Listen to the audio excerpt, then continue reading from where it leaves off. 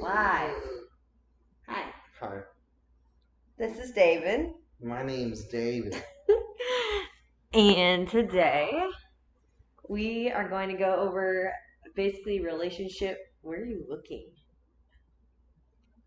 This is what happens when you're married from a seer. He gets scared.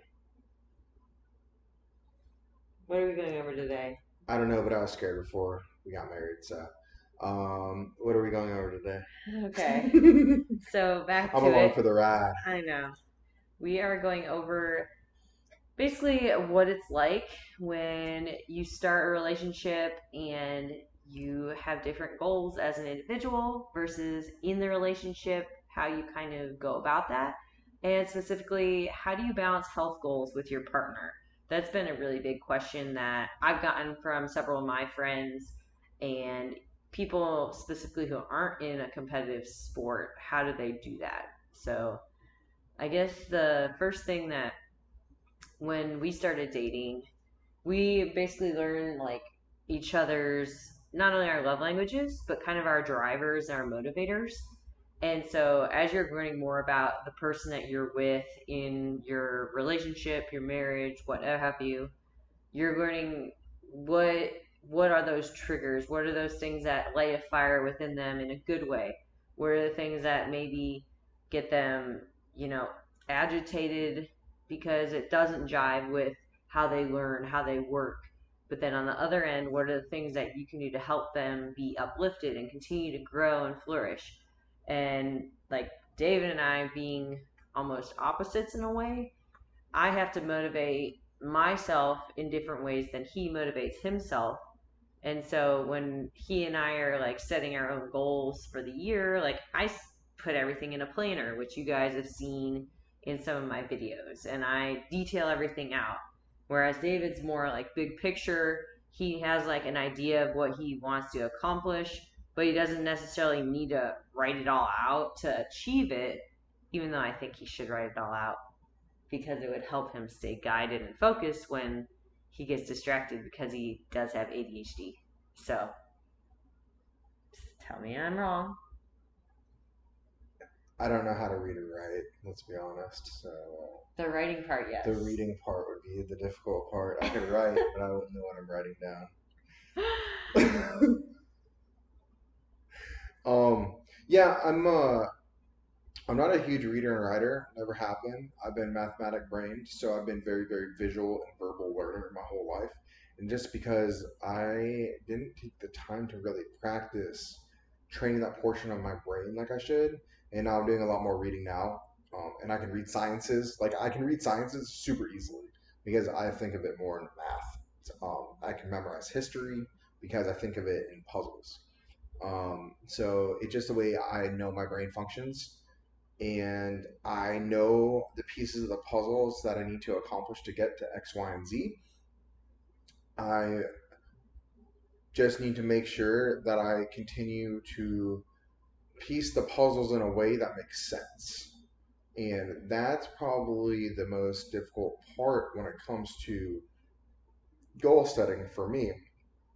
For most people, like building a business, it's getting the right, it's knowing the fundamental pieces and getting it in place to build the business in the right way. But if you're looking at a merry-go-round and you go to jump on the merry-go-round, at least knock out that one piece of the merry-go-round, ride it all the way around until it's good to go, and then you can not take another thing. But the thing is, like if you go on a merry-go-round, it just keeps taking you around in circles and circles. So you have to make sure that you build the fundamental pieces so that you're not trying to accomplish all this stuff at one time and you literally accomplish nothing because you're just riding around in circles. So, what would be an example like of one of your goals for this year that maybe is different than my goal, and it could be health and fitness related? Yeah. So from a coaching perspective, realistically, I like to get up to 50 clients this year. Several pro athletes, which I have now, and really, I guess one thing that was kind of a blessing that has been a goal for a while was to study under a doctor, which I now have the resources, and I am studying under doctors now. So allowing myself to keep up with doctors that are the top in their field as well as being able to not progress further than them, but try to keep up with them on their sprinting speed, as well as my knowledge base.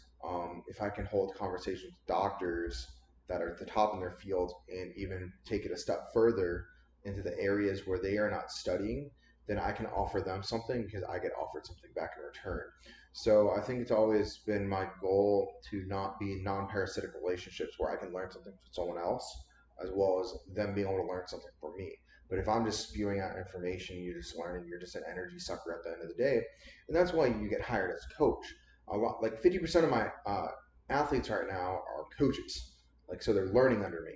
I'm not necessarily mentoring them, but they're learning my methodologies, my practices. They're asking questions. And I'm okay with that because I like teaching. The biggest thing I get fulfillment out of is being able to teach others what I'm learning, as well as it also allows me to reinforce what I'm learning, so I don't forget it. I'm actually learning it. If I can teach it, I know it. So I think I would like growing the business to a total of 50 clients would be phenomenal. If I get there, then I'm probably going to have to take a step down out of corporate America at some point. I'm in big systems work right now, but it's finding that balance. And then another goal that I think is really important, besides because I'm talking about the finance piece, which I did a post on this literally today, was the relationship piece. I think it's important to, while you grow in any aspect, especially when you talk about finances, you tend to let your relationships dwindle. And dwindle, I think, is a really good word for this because they fizzle out. So being strong in the relationship while I am learning to manage the stress and this new workload is probably the key indicator for success for me because I can work like a champion. Has never been a question in my mind. It's balancing the other aspects of life while you're doing it that tells you whether you're going to be successful or not so you don't burn out. So there's different facets that I have different goals in. There's financial and career goals, which I'm approaching career goals relatively quickly. And then there's also the relationship aspect, which is the most important aspect in anyone's life. We are animals by nature. We need interactions with people, or else we will fail. And I don't care who you are, you will fail. So that's the harder piece. So when I talk about it, it's like a yin and a yang. There's a push one direction, but you have to have that pull back in the other direction to make sure that you stay level headed and balanced throughout life. Mm-hmm.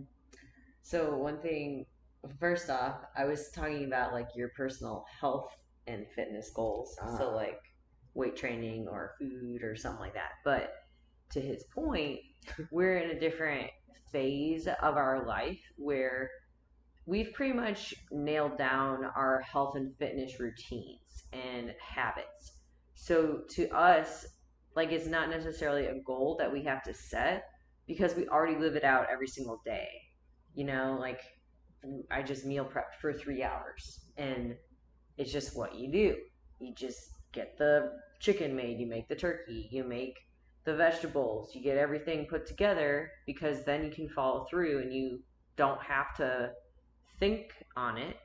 And that's ultimately what I've learned is when it comes to any goal and like being successful, when you can create that process and system and a regiment and you just keep doing it and keep doing it day after day after day, that's when you're going to see the most progress and most success.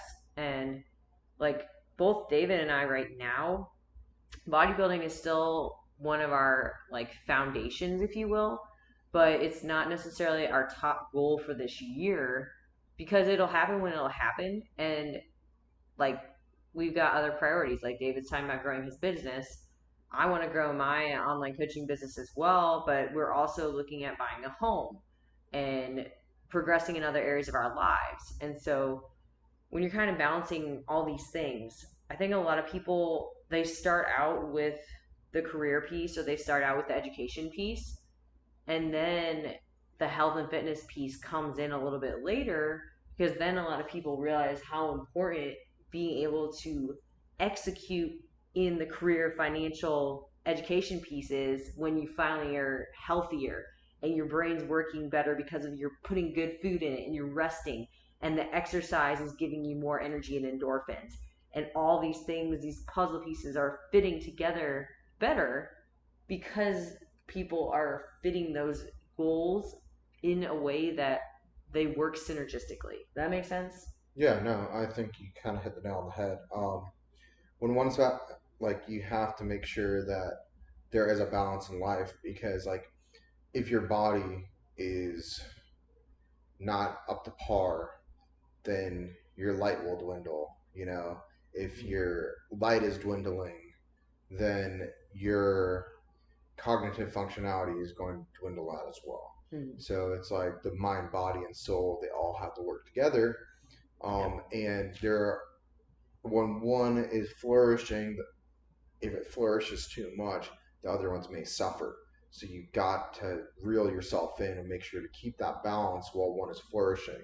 Now you can sacrifice certain things for a temporary amount of time, but you have to openly communicate it. Like if it's the finance piece and financing relationship is what I keep going back to, because it seems like a very common occurrence between us, because we're human beings and we're conditioned to think in material things, Mm-hmm. and we're think on the material things of just in aspects of life, whether it's food, roof over your head, whatever it may be. Um, when you're going for that push on the financial piece, you definitely usually sacrifice a relationship. So being open with like, look, I'm pushing hard right now. I'm not going to have as much time for us. We're going to be making some time here and there in between. It's going to be less time, but we're going to make it work. I think it's important to openly communicate it, or else your relationship will suffer. When you get that time together, it's important to be present because you have little time together. Like we turned off our phones last night at dinner. Like, when's the last time that you've heard someone in society nowadays turning off their phone, like turning off an electronic device, the only one that you have near you? That's very, very uncommon and infrequent. So it's the little things, and they do add up. But you have to be good with like communication, um, in all facets of your life. But you also have to be honest with yourself, because don't set unrealistic expectations. But if you set unrealistic expectations, at least have the, like she was saying with the planner, have something written down to make and hold yourself accountable to hit those benchmarkers, or else it will always be unrealistic. But having like great expectations of yourself is good. You should. So that's So you actually just brought up something that made me think about it a little bit deeper as far as the bodybuilding piece goes, because a lot of my listeners are in the sport. Is when you're talking about being extremely focused and sacrificing things for your goal, mm-hmm. that is very tangible in bodybuilding, Yep. especially during competition prep. Is we're sacrificing a lot of our time and a lot, 95%, 100% of our energy to getting on that stage for those 12, 14, 16 weeks. That's your primary focus. And I think both of us were lucky because in our relationship, we understand it and that's how we're able to balance it. But I guess speaking to the relationships where maybe one couple competes and the other couple doesn't train, or sorry, one individual in the relationship competes and the other person doesn't train. That person who doesn't train has to be able to get a hold of and a grasp of what that person's going through. And I don't think you can like you can't really empathize with somebody in prep until you go through it yourself. And that's what makes it really difficult on relationships in bodybuilding is people don't understand the suffering. Like they don't understand that you literally can't get out of bed because you're in so much pain, your muscles ache. You have no mental like stimulus until you take that sip of caffeine or you take that fat burner in the morning. Like you literally are just like it's another day. It's another day closer to the stage, another day closer to that pro card, another day closer to that goal, right? So, A few minutes away from my meal. I can yep, make it. 30 exactly. minutes till my next meal, an hour till my next meal. And like you think in shorter and shorter terms to get yourself through one step closer. One Yep. step you get end up going to looking at you're taking focusing on one step at a time, which honestly when you get stressed in life, that's what you need to do. You need to reel yourself in and you need to take it. That's kind of a coping mechanism that you naturally have, is like your energy level gets so depleted. If you're like, oh my gosh, I have 2 weeks more until the show, like you go, I can do it, or holy crap, that's a long time. And you got to say, I can do it, and just eat that meal. Know you're going to eat another meal in 2 hours, and that's it. And during that time, if it means that you drink another cup of water, you drink another cup of water. Like, just to detain the oral fixation piece of having food. Just know that the energy you're putting in that next meal is going to re-energize you, and you're going to be good to go, and you're going to be toughing it out. And if you need to take a 30-minute power nap at lunchtime, then you take that 30-minute power nap, and like, you make it work, and you think in shorter and shorter terms as you get closer and closer. But you also get closer and closer to your spiritual sense as your energy dwindles. Well, your light does not. Your light actually increases, and it actually has to do with the starvation factor. That when you start starving and getting closer to essentially death, you tend to get more in touch with your spiritual side. So embrace it. Like, you might not physically feel good, you might not mentally feel good, but hopefully that spiritual side is keeping you strong and get in touch with yourself more than you've ever known yourself. And yeah, no one can relate to that unless if they've been close to death, probably. Because when you actually do a show, you are defying what your intentions are to survive are. Your body is trying to tell you survive, eat. It's telling you to do things because why? Your body is a lot smarter than you are. Now, you might be tricking your body, but it doesn't last very long. And like, when you're 4 weeks out, you better believe it. If you're going to do well at that show, 4 weeks out, you are suffering. There's a level of suffering to the point where no one on the face of the planet can understand unless they've been through starvation, unless they have been to the point where they have hit a central nervous system fatigue where they can't get out of bed, but it's getting out of bed every single day. Um, to the point where your relationship is probably at an all-time low because you have no energy to even have a conversation with someone. You can't. It's hard to have function with words. It's hard to function with doing anything, breathing, walking. Simple as going to a grocery store and using a cart to lean on as a crutch to get through the store. That becomes a real thing. And you're probably going to be the one having to push that cart, or else you're going to fall over. So these are realistic things. These are things that do happen. Um, Now, there's, I think, good coaching versus bad coaching, and I don't really want to jump into it that deep, but being with a good coach will not make you suffer for as long as they can, but they will also turn on that burner to make you suffer for the allotted period of time that you need to. Um, so that's kind of just my standpoint on prep. It's in relationships. I've been in a relationship with not Caroline, someone else, when I was in prep, and it ruined the relationship. There were other factors that came into the equation too. Like, if it's not meant to be, it's not meant to be. I didn't care, right? It is what it is. But like, right after the prep, like, try to heal what was damaged, and just it didn't happen. Usually, prep pushes people away from you because you are the parasitic one at that point because you have no energy, so they have to put energy into you. So it pushes everyone away from you, family, friends. No one can understand what's going on with you, and that's why you tend to gravitate towards people that are in sport that understand, that have been through starvation and close to death. Um, and it's a lonely sport because of that.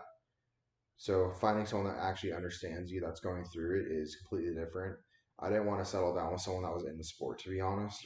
I was pushed away from people from the sport for very known and obvious reasons between people that know competitors. It's a very selfish sport, and I can leave it at that. But I wanted to be with someone that was healthy, that could at least allow me to compete at my best. So the health aspect was the important piece for me as far as a relationship went. As far as understanding how it feels to compete, no one can understand how it feels to compete unless they've actually done well at a show. Because if you've done well at a show, then you have gone through a level of suffering that you must go through. And I'm not talking about like, congratulations, you won a local show against no one. Like, literally, I'm talking about like, you won a local show against 30 people, right? Or 20 people, then you have to hit a level of suffering that you had to win. Um, like, there's just no getting around it. No, you can't can relate until you've been through it. That's Hmm. all there is to it. What is it like with me and prep? How is it in like your perspective? I mean, so and we're not obviously talking about the prep when we were prepping together. We're gonna talk about Right. like this most recent time. Hmm. Um, it's kind of hard to verbalize it, but like you just have to be the rock. You have to be the one that keeps their head high, make them laugh, even though they probably don't have the energy to laugh. But if you can get a smile out of them, then that's a lot.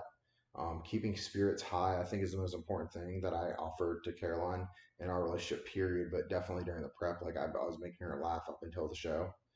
I even, we won't talk about the One Piece, but when I had my energy completely zapped, but I was still high spirit even then.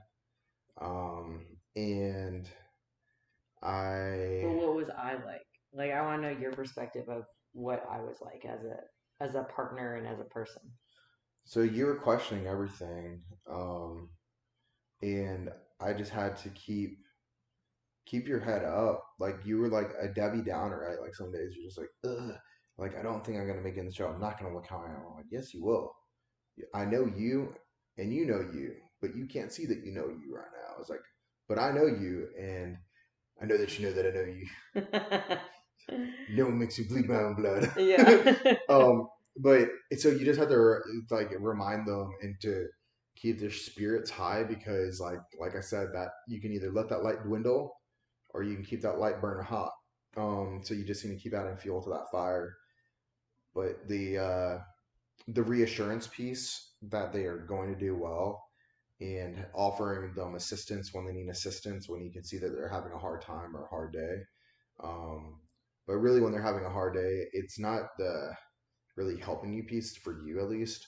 It was just keeping your head up and like crush that set. Like, what are you doing? Do you want to be second place or do you want to be first place? Do you want to be different? Be different. And it's like all the when you're there, you're either gonna get frustrated or you're gonna feed from it. And if you're gonna get frustrated, then you already have a failure mindset to begin with. So And I ain't no loser. no, you're definitely not. But I'm pretty blunt, and harsh. But I've gotten better with Yeah. communication. But when you're emotional, you're emotional, and that's for pretty much all women. You guys are emotional human, emotional beings. So just understanding that and being able to um, help guide them and being their guiding hand is very very important. And when they're emotional just be not only their rock, but be their sense of joy, be their light. And if they just want to be emotional and freak out, then that's on them at that point. Oh, seriously, that's on you. But if I'm like trying to cheer you up and you're like keep pushing back, I'm like, look, keep pushing back. I'm gonna stop trying to cheer you up. And it is what it is. That's open communication, right? It is what it is. Like quit being a Debbie Downer. Like like I'm trying to cheer you up, and you're just not accepting my jokes and stuff like that. Like it is what it is. If you Yeah. if you want to just keep being down on yourself, be down on yourself. But and some people hit that point, but it's you do need to take that deep breath, take a break, sit in your corner. But no, seriously, I always sat in my taking that meditation deep corner. breath and taking a step back to refocus and go back in is the best thing you can do. The best thing that you can probably learn in life with having good communication is taking that step back to go back in without emotions, with a calm sense of well-being. And So I can echo that as far as from a female to the male perspective too. Go ahead.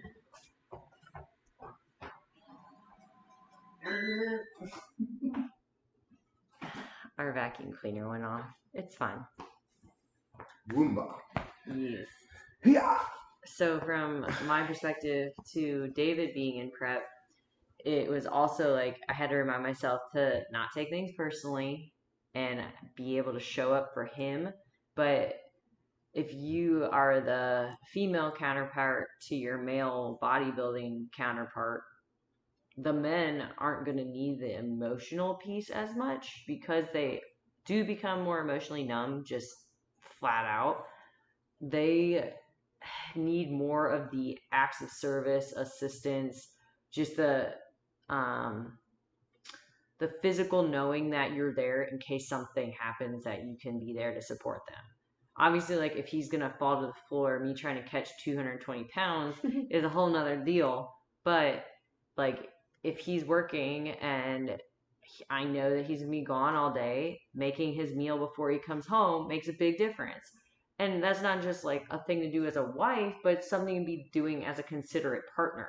So even if you're not married to whoever you're with and they have a goal like that, it's just like, what are things that you can do that can make their life easier or their life better in that instance? And that's just like I talked about in the intro video, me trying to motivate him in the gym, not going to work. So, what are other things that I can do for him? Maybe he needs a massage. Maybe I need to help him get his tan done and shave his body. Yes, I shave all of him. It's probably my least favorite thing that I have to do. You All enjoy prep. it. No. She gets to see all parts of me. Shaving your butt Oh, baby. and your hamstrings? Oh, No, no. baby. You got the full moon going on and Yeah. everything. Because you won't let me wax you. That's Yeah, another whole thing. He won't trust me to wax him. hey, we're gonna try it one more time. Last time you made me bleed, so Oh, whatever. every hair that got pulled out, I was bleeding from. I was You're like, yeah, fine. nah, I'm good. So, either way, you just gotta kind of learn and always, always communicate. Always communicate. But there is kind of a threshold, right? If somebody's in prep, It hurts like hell, yes. making sure that you are not going to say something that you will regret. Like, don't say it out of emotion. If you are getting really distraught about something or something's really bothering you, journal, honestly. Before you decide to say something that could possibly really trigger the other person, you don't want to be too blunt in that fact. You need to know yourself enough. You need to know your partner enough to say, okay, do I really mean this? Is what I want to say what I truly, genuinely mean? Or is that something I'm going to regret down the road? So you want to make sure that you think that through too. Now, I will want to wrap this up just so we can keep these kind of succinct. The last thing that I think a lot of people, we kind of touched on already, was when you have a partner who's not competing, how do Mm-hmm. you balance that? But I kind of want you to touch on, David, like if one of the people in the relationship is very focused on their physical health and their physical health goals, Mm-hmm. but the other partner is not, frankly, Are, doesn't are care we talking in about compete? So one second. Are we talking about competing or just like general life? life.